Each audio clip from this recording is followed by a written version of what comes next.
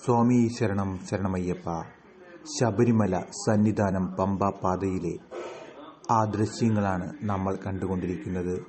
കഴിഞ്ഞ ഒരാഴ്ചക്കാലമായി ശബരിമല സന്നിധാനത്ത് വൻ ഭക്തജന തിരക്കാണ് അനുഭവപ്പെടുന്നത്.